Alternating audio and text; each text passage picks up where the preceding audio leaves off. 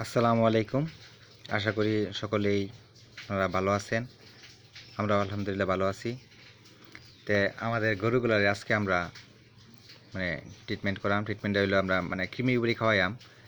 আমরা আগে কলিজা কৃমি ইঞ্জেকশন দিছিলাম 7 দিন আগে। 7 দিন পরে আজকে আমরা কৃমি বুড়ি খাওয়াইয়াম আজকে, এখন সকাল। তো সকালে আমরা কালকে রাত্রেই গরুর যে খাউনটা, এই খাবারটা আর কি কম দিছিলাম, অল্প পরিমাণ খাওয়ান দিছি, যাতে সারা রাত্রে সকাল পর্যন্ত খাবারটা যাতে পেটের মধ্যে ক্লিয়ার হয়ে যায়। এই জন্য আমরা রাত্রে খাবার দিছি না, এই সারির মধ্যে সকালে কোনো খাবার নাই না থাকতে গরুর পেটটা খালি হয়েছে। কৃমি বুড়ি খাওয়ানোর আগে গরুর খালি পেটে খাওয়ানি বালা আমরা আগে এইভাবে খালি পেটেই খাওয়াই, গরুর পেট খালি বানাইয়া সকালে কৃমি বুড়ি খাওয়াই, পরে রাত্রে থেকে জিঙ্ক ক্যালসিয়াম এটি আমরা দিই। তাহলে আমরা কৃমি বড়িটা যে খাওয়াই, আমি কৃমি বড়ি হলো এন্ডেক্স বড়ির নামটা হলো এন্ডেক্স কৃমি বড়ি।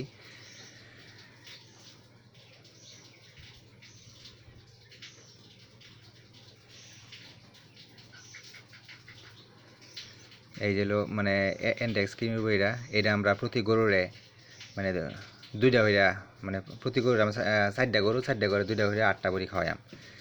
তো বড়িটা আমরা অনেকেই দেখা গেছে অনেকেই বলতে আগে আমরা ইয়ার এই কলার যে পাতা, এই কলার যে কচি যে নরম যে পাতাটা থাকে, এই পাতাটার মধ্যে ইয়া হইয়া বড়িটা পাউডার বানাইয়া পরে এটার ভিতরে কলা পাতার ভিতরে দেয়া পরে খাওয়াইতাম। কিন্তু এখন ওইভাবে খাওয়াই না। ওইভাবে খাওয়াইলে ইয়ার বড়ি অনেক ফুরা যায়, নষ্ট হয়।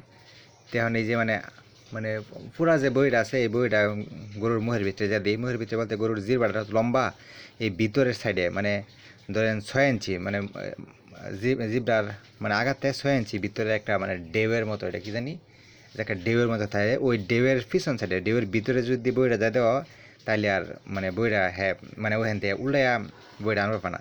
তাহলে আমরা প্রত্যেকটা গরুরে এভাবে খাওয়াই দিছি, ভিতরে হাত দিয়া প্রায় 6 ইঞ্চি ভিতরে আমরা দেখবেন যে একটা ডেউয়ের মতো আছে। ওই ডেউয়ের মধ্যে পুরা বই, আর ওই ডেউয়ের ওই সাইডে আমরা রেখে দিলেন, ভিতর সাইডে রেখে দিলে ওইটা আর গরু আর উল্টাইয়া আনতে পারে না। না পাইলে অনেক কামড়ায় এটা একরেলা খেয়ালা। তো এইভাবে আমরা কৃমি বড়ি সবটির এই 2টা হইয়া সকালে খাওয়াই দিছি। কৃমি বড়ি খাওয়ানোর প্রায় 1-2 ঘন্টা পরে আবার গরুটা খাওয়ান দেম, পানি বা খেট যাই খাওয়ান দেম। এই কৃমি বড়ি খাওয়ানোর পরে তো সকালে খাওয়াইতেছি, সকালে খাওয়াইয়া সারাদিন খাওয়ান টাউন দেওয়ার পরে রাত্রে আমরা আবার হরাম গরুরে লিভার টনিক আর জিঙ্ক।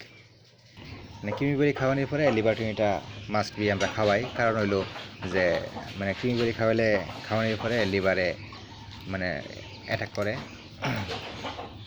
লিভারের সমস্যা হয়। ওই লিভারে যাতে সমস্যা না হয়, এই জন্য লিভার টনিকটা আমরা খাওয়াই। তো লিভার টনিকটা আমরা এই যেটা সিবাটন খাওয়াইতেছি, আর হইলো আর জিঙ্ক হইলো জিঙ্ক সলভেট আর কি, জিঙ্ক সলভেট।